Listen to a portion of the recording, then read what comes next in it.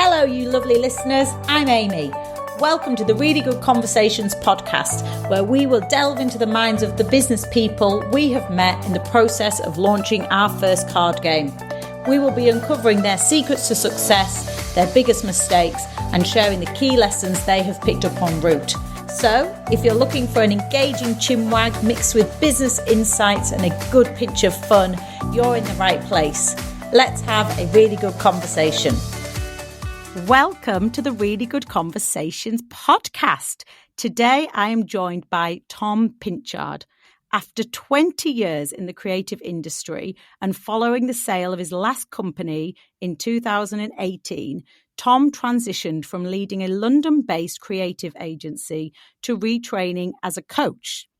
Sparked by his own transformative experience, he leaned into his innate ability to connect and assist others. Tom also has a deep passion for music and hosts unique supper club dining events in London and LA, which are aimed at fostering connections among strangers. Welcome to the podcast, Tom. Thanks. That's a tongue twister. Unique supper clubs. Yeah. It really is. And yes, Tom, it was really quite hard to summarize all of the things that you have done in your career and your personal life to bring you where you are today. And I thought for our listeners today, we would focus on the topic of connecting with strangers, which is obviously something you've become very passionate about. But before we jump into that topic, can you tell our listeners a little bit more about your journey, particularly in the creative industry, and what led you to retrain as a coach? Yeah, I often think that I'm probably where I'm at with my life now. I'm probably quite unhireable because I have done so many different things, and I certainly don't have a traditional career ladder in so to speak. I think when I think about the journey, I probably recognize that I was really just searching for, I guess, the people I should be around and where I add value and what I should be doing. So it does mean I have had this kind of maybe seem sporadic and random career. After university, or while at university, I started my first company, which was a clothing company at 21 while at university. And I had the idea for it. And then I told my best friend about it and he wanted to get involved. And we ran that until we were about 24. So we ran that for about 4 or 5 years while we were studying. So that kind of gave me a taste of like running a business. I don't know quite where running a clothing company came from. I think I've always been fascinated in culture and in all of its forms, music, fashion, arts, I guess like the realm of the creative industries. And I went to university in Nottingham. We started this business in Nottingham and it finished. And then we decided that, it was time to come to the big lights of London. And I ended up in early social media. And then I guess like my big role in my 20s, I worked for The Guardian for a big chunk of my 20s. Which was in many ways the making of me, but also a big complicated business with lots of big personalities.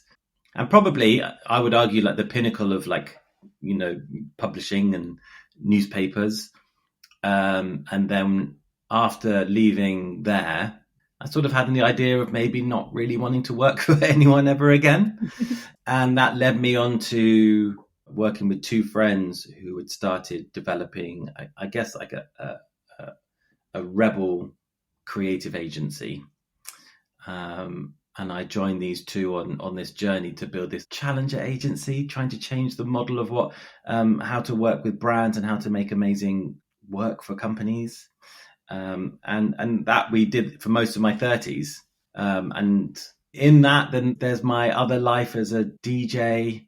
I built nightclubs in these like years that I worked at this agency. I ended up curating festival lineups. A man of many talents. Traveling the world, I was searching. I was searching to find. I had come across people that really adored their work, and I hadn't really experienced that. I enjoyed work in parts, but I found it very complicated and challenging. And I often wondered whether where I really belonged, where my place was, and who I was, and lots of quite large existential challenges, I think. And I think it was only until my late 30s that I really sort of started to settle on maybe what my value was and what I was supposed to be doing and why I'm here. And that manifested through coaching. I'm a product of coaching, so I hired a coach.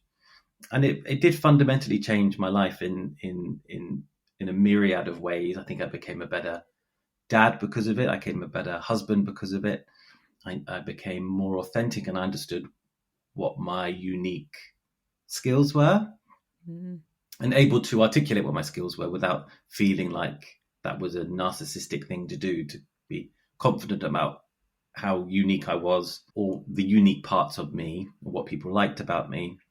And then I went back to university to get my coaching qualifications when I was in my late 30s. And then just before the pandemic is when I essentially went full-time as a coach. And that's kind of that's the best way I can summarize a very, very like unique 20 years, which have been great fun and equally like very, very, very hard as well. But along that journey has been amazing life lessons and has created quite a big network of lots of different characters who've done lots of different things. I can imagine. And there's lots of just what you're saying there, resonates with me as I'm listening, and hopefully also will no doubt resonate with some of our listeners, because I think there is this perhaps path of expectation. If you go down the college university route and then it's into perhaps a job that's been linked to the degree. And when you're thinking about some of those skills and values, you may be only often thinking about them of, I'm filling out a job application or for my CV. And what are the things that are going to sound good on this? Or yes, I think I can do. And I think there's few people that through your 20s and into early 30s, you're really actually stepping back and spending that focused time on yourself. And obviously through your career journey, fostering connections has obviously been quite a key part in both agency and coaching. What is it about meeting and connecting with people that you enjoy? Yeah, I talk about strangers and people. It's probably a relatively new thing for me. Often I come across lots of people identify as extrovert or introvert, and they use that as especially the introverted tendencies, as a reason not to be, or a dislike of people, or an ability to not get on with people, but people aren't my thing. I can't deal with lots and lots of people, and I'm always cautious about using that as a mask for basically shutting yourself away and isolating yourself. More over fear rather than actually, nervousness around being around people. I would probably always used to say that I'm a relatively introverted person. But I think often that was a bit of a mask to the nervousness around meeting new people. And fundamentally, I really love people. I really, really love people. Over the last couple of years, my mission has to basically be around more and more new people. And my life is like done a completely 360 change. Everything has changed, from a change in the way that I perceive new people and I guess what I bring to the table, which led on to these things, which are these like dinners. Yeah, so tell us about the supper club dinners. What inspired them? Where did these come from? So I played around doing dinners when we ran this agency, and we used to do dinners where we used to bring creative talent together with brands, and that was through the lens of the business, and they were always really, really successful. And I did them with my business partner Jodie, and they were always like great fun. And it was great bringing lots of creative people and brands together, and that facilitated great, conversation and like business opportunities.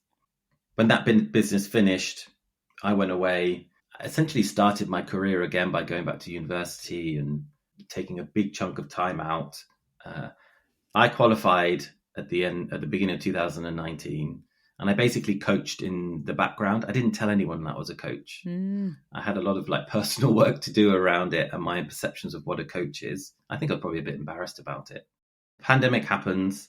I become a dad in the pandemic, and that's obviously naturally a huge life change. We used to live in London. We moved a bit more to the countryside outside of London, so a big environmental shift as well. And then coming out of the pandemic, I think I was lonely, in the sense that I was a different person. I'd come out of the pandemic a different person with a new career, a new family, and a new environment. I adore my friends and they're always there, but I was suddenly very hungry to have bigger, different conversations. I wanted more people. My focus to be a coach, I don't have a niche. I don't want to just work with people in the creative industries. My goal is to basically be around everyone. And so now I have such a huge, varied client base, from Olympians to surgeons to lawyers, rappers, singers, celebrity, like the broadest range of clients, which is always my goal. I want new people all the time, because I want to learn from people. I want different perspectives. I want different insight. I want different input. And then sort of coming out of the pandemic, also, I would say one of the big barriers, I talk a lot about entrepreneurship and working for yourself. And one of the biggest barriers that people come to me with is a nervousness about working for yourself, whether you become a freelancer or a consultant or you start your own business, is this concept of, I don't want to do it alone. I like being in an office. And I understand that message, but it's not a default state. You can create community and you can create camaraderie and similarities that you might have in an office environment or a larger business environment, but it does take some work. And essentially that's what I've basically had to do over the last 2 years. Coming out of the pandemic, I felt very just isolated. And my life was very, very routine, which really doesn't fit like my value set at all, which is a lot around like adventure and variety and freedom and connection. I often say to Alex, I crave routine, but then as soon as we have it, I'm like, let's go off and do a road trip or something. Absolutely. And so I came out of it, and obviously all of us in the pandemic were very much in a routine and a structure. And so it was basically just like work, coaching people, working with people, being a dad, being a husband, and repeat. Yeah. And rinse and repeat. For years, we all went through that.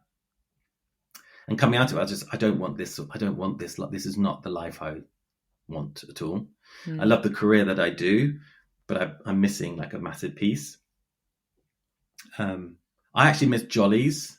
I don't know if this is like a UK phrase, like jollies, but the I don't know, because I use it as well. So I guess if there's international people, like a jolly is in the UK.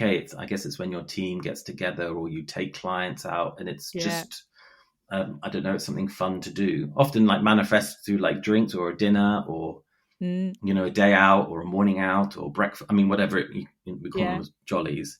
And coming from like the creative industries, that's like quite a prevalent bonding ritual.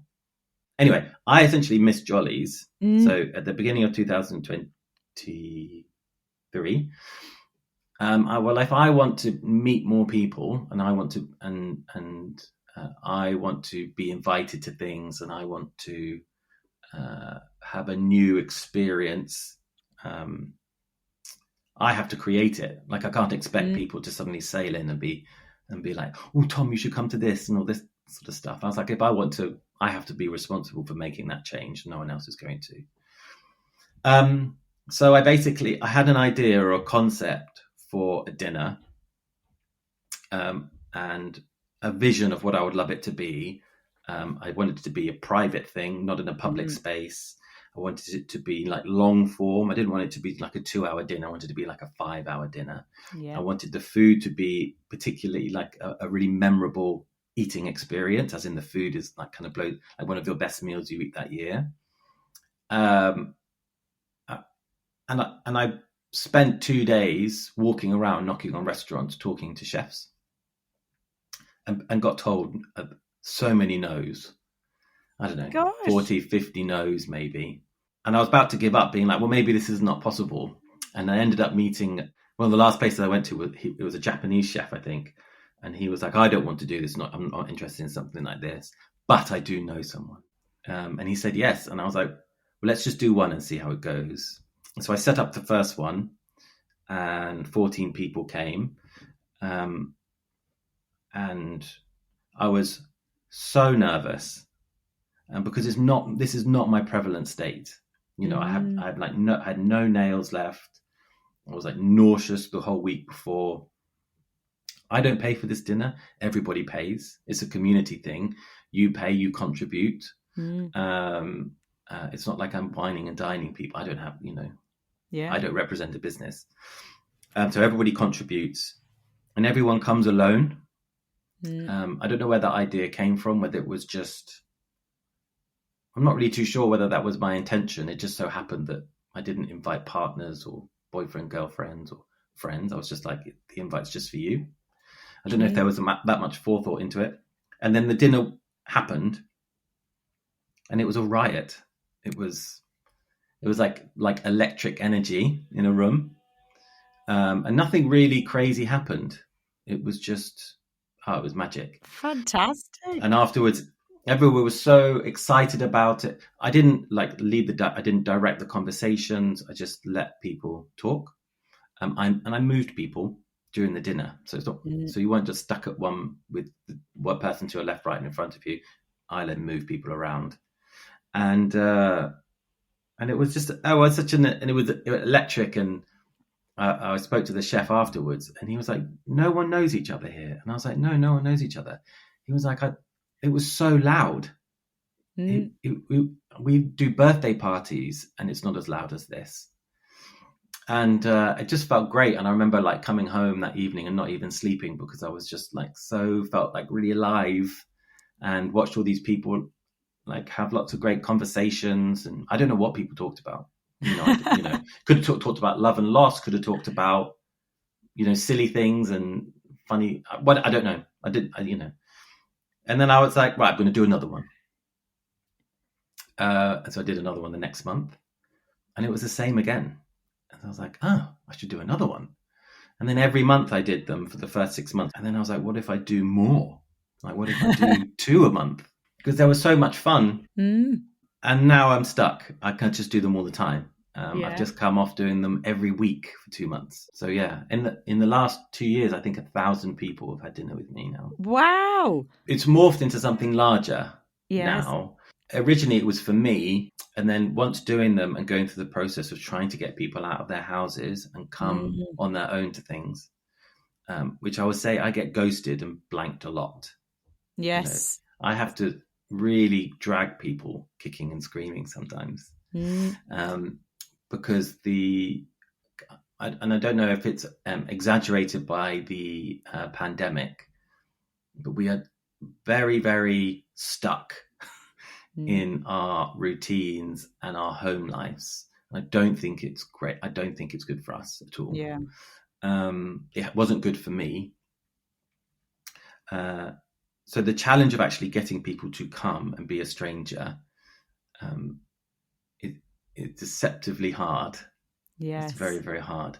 It's now anybody that works with me, as anybody that hires me as their coach, they have to come to a dinner. Amazing. Because it's kind of part of the process. Yeah. I think once it's, as I've kind of gone through all of these dinners, I realized really what they're about is it's probably about discomfort, really, is really what it's about. And I'm very curious about discomfort now. I never really thought about discomfort 10 years ago, because all we really talk about in modern society is essentially about contentment and balance and happiness and creating comfort and all that sort of stuff. And all the systems are trying to serve us loads of comfort.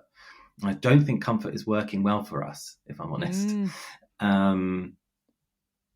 I think comfort is fine to recover, but I don't think we get really what we want from comfort, which is satisfaction, fulfillment, confidence, self-esteem.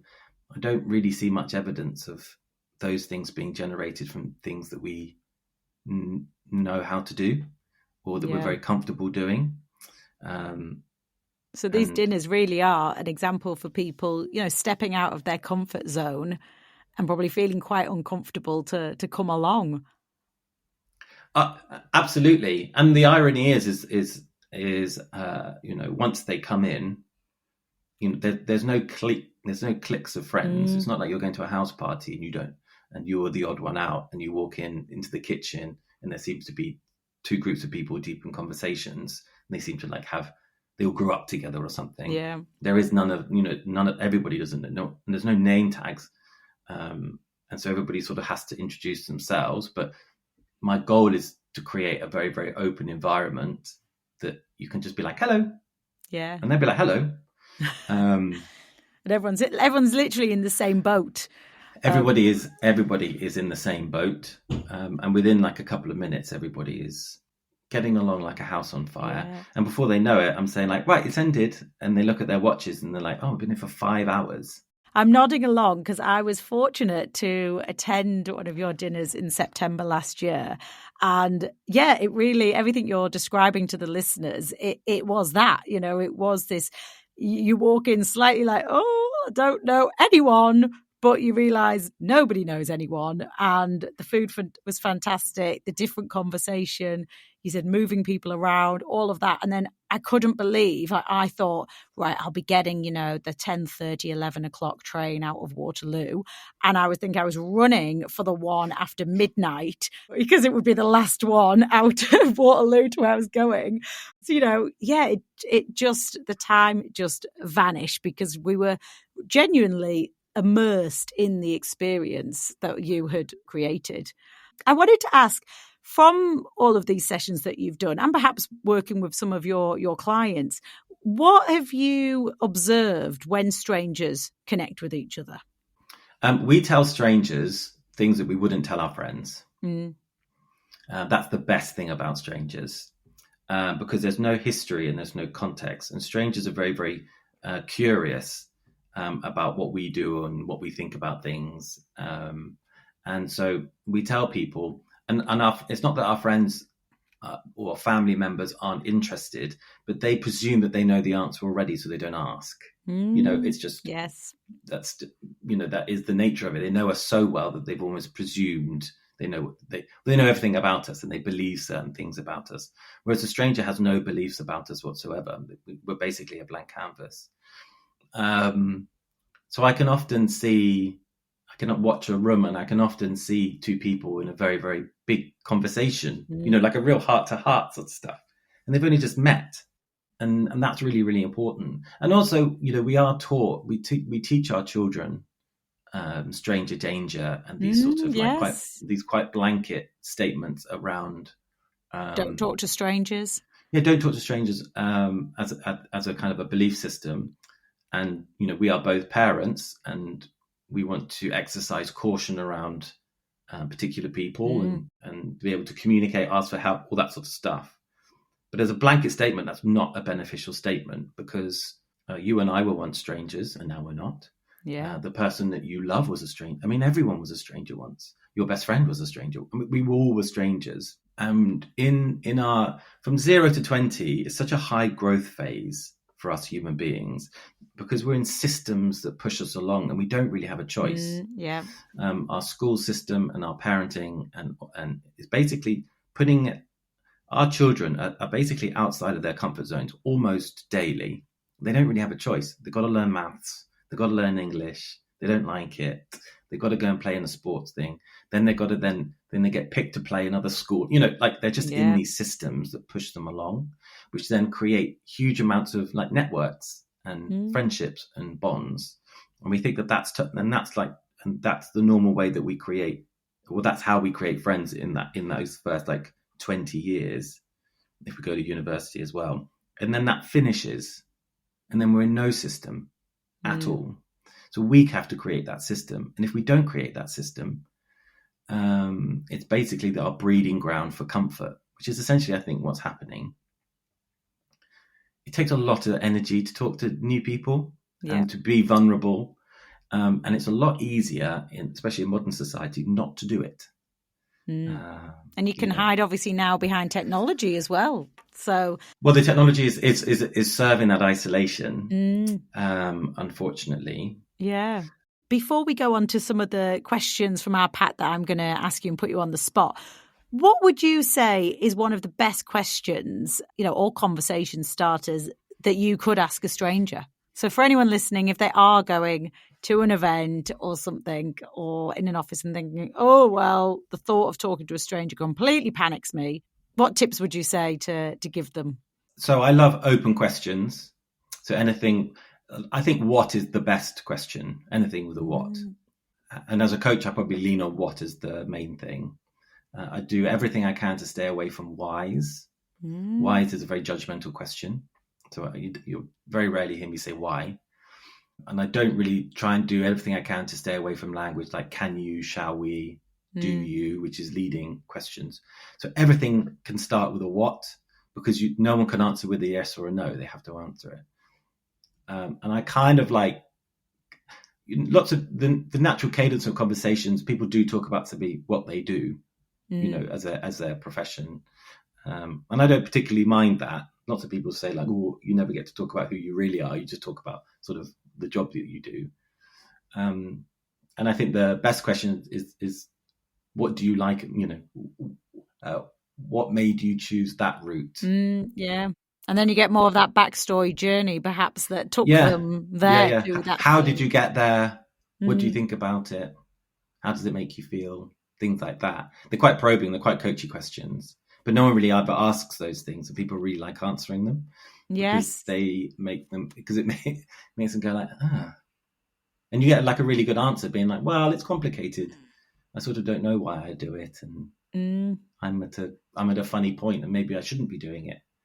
But then you have like a really good conversation because the other person be like, well, I don't know what to do either.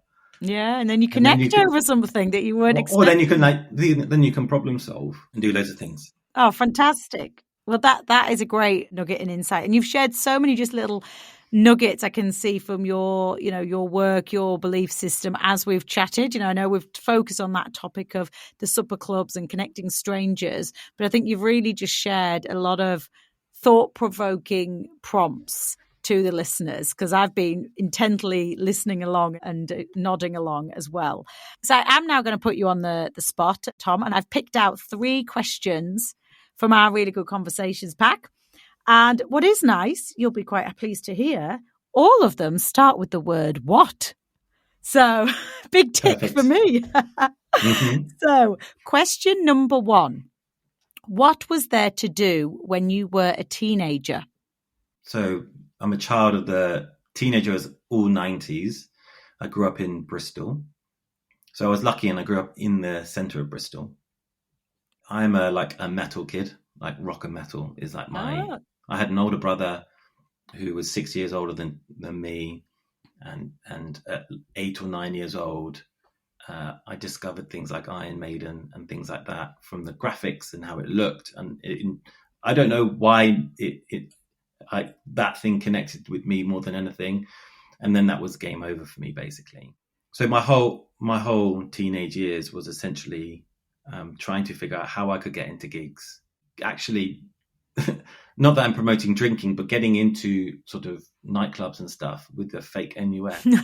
In Bristol, we had like a great, like sweaty, small rock club that was open Thursday, Friday, Saturday. And we had like a fake NUS. You could write your own NUS cards, which was essentially accepted as ID, but you wrote it and then they just laminated it in college. So I was just out and about. So it was really, my days were just basically buying band T-shirts, tapes, CDs and records and going to gigs. And I had like a core group of friends that were into that. And we were outsiders, we would get teased in the town and because Oh. of the way we looked and all that sort of stuff, which is kind of like part of the process, I think, when you're in a tribe and most people don't understand the perception of heavy music in all of its forms. If you were to listen to it, it's just like, oh, it's just noise. And I think most people who identify as like metalheads would be happy that everyone thinks that, because then they don't need to get involved. So I'm always very, very comfortable in like metal crowds. They're often like very philosophical people. I feel they're my tribe. So that my whole teenage years was basically just everything music related. Fantastic. Question number 2. What is one piece of wisdom you would want to pass on to future generations? Oh my God, there's 3. Can I do 3? Oh, yes, of course. Whether you think you can or you can't, you're right. Through my coaching and everybody that I work with, we are really the obstacle. Like no one else is. Our environment is very rarely the main obstacle. It's how we think. And I think the real challenge is really your internal, your viewpoint and your belief systems is really the thing that we should spend our most time working on.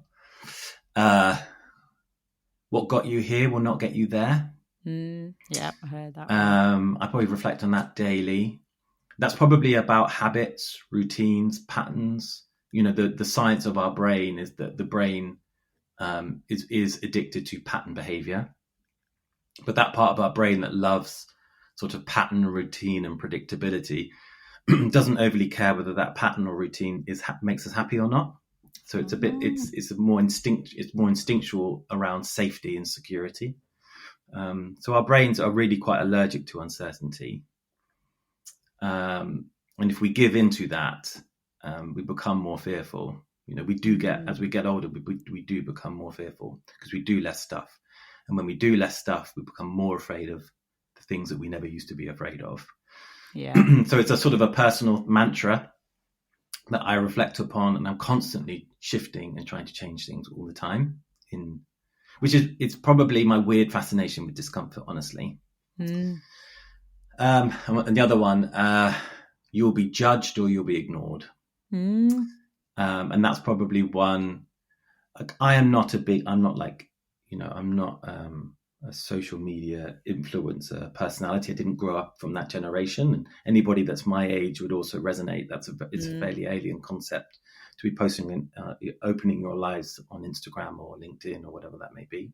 However, I think in this like modern world, and this is probably speaking to a lot of people who maybe want to run their own business, if you are not vocal about what you stand for or what's important to you or what you're passionate about, somebody else is, and then they will get the work. Yeah. Okay. And question number 3 is, what is the biggest misconception people have about you?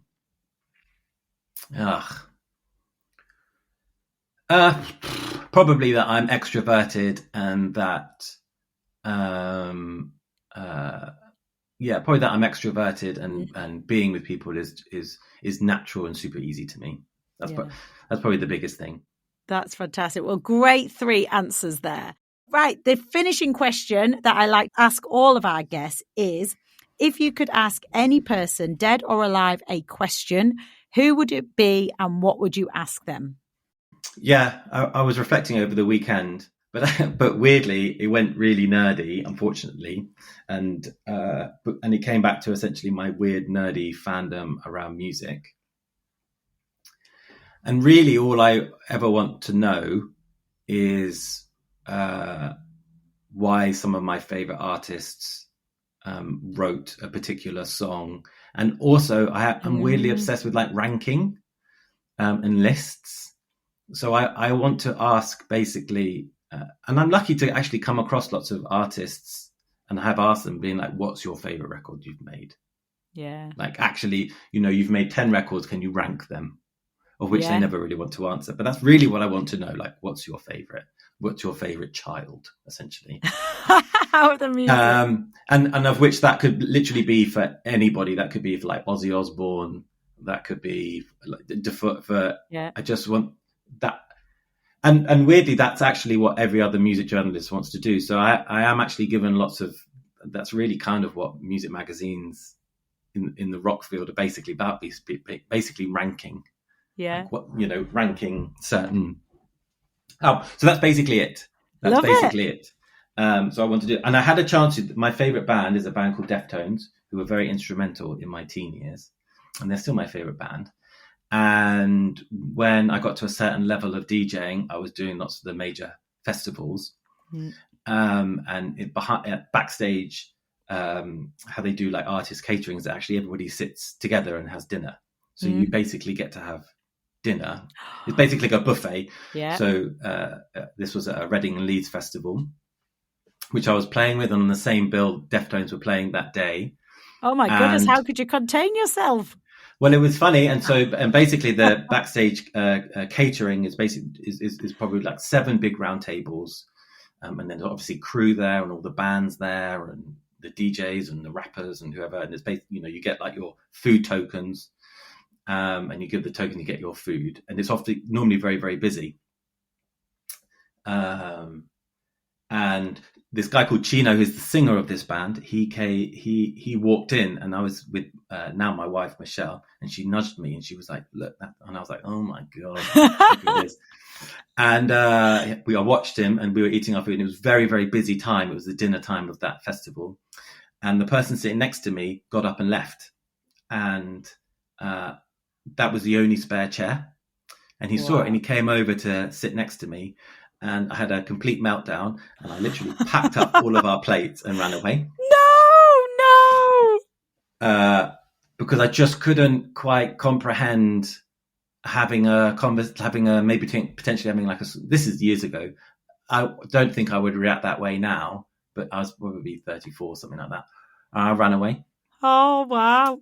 Because I couldn't, I was overwhelmed because I actually wanted to ask him like all these big questions, like what did you mean by like this song, and which is this, and he just wants to have dinner and then stand on stage and like 50,000 people sing. He doesn't want like me nerd. Maybe he does, but in my mind just spiraled, being like, and then what am I going to talk about? Like, hey man, like how's your day? And I want to get into like the nitty gritty, being like, that was an interesting like chord structure.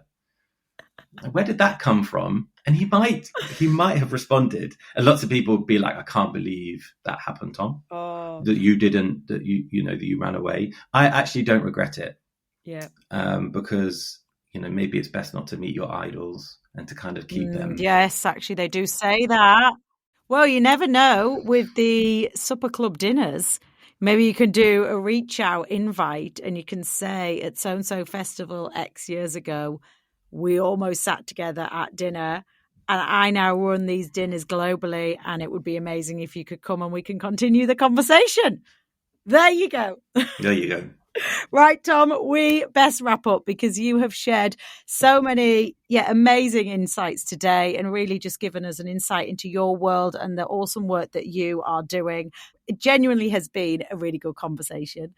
But tell our listeners, where they can find out more about you, where they can connect with you, and also let us know what's on the horizon for 2025 for you as well. You can follow me on Instagram, Tom Pinchard Coaching. Super simple. I'm not prevalent on there, but all the major things that I do are on there. And then my website is myname.com. I'll be doing a lot more dinners. It's not like an exclusive thing. If you want to come to one, all you have to do is message me. That's kind of part of the process. You actually have to reach out and be like, can I come to one? And then you can get sent the dates. I am going to be doing a lot more talks. I'm going to be at more conferences. I'm like doing a talk and a workshop, which I want to do a lot more, which is all around conflict and effective communication frameworks, which is an amazing and quite impactful hour and a half. More supper clubs. What else is going on? And then like obviously and coaching is what I do, sort of my 9 to 5. So if you need a coach, contact me. Absolutely. Well, I will be including those various links in the show notes so people can find you. And thank you so much for your time today, Tom. I've really loved chatting to you. Thanks for having me. Thanks Thanks for listening. I hope you enjoyed the episode. Be sure to check out the show notes for more information on today's guests. And if really good conversations are your thing, hit subscribe and join us next time for more business journeys, insights and banter.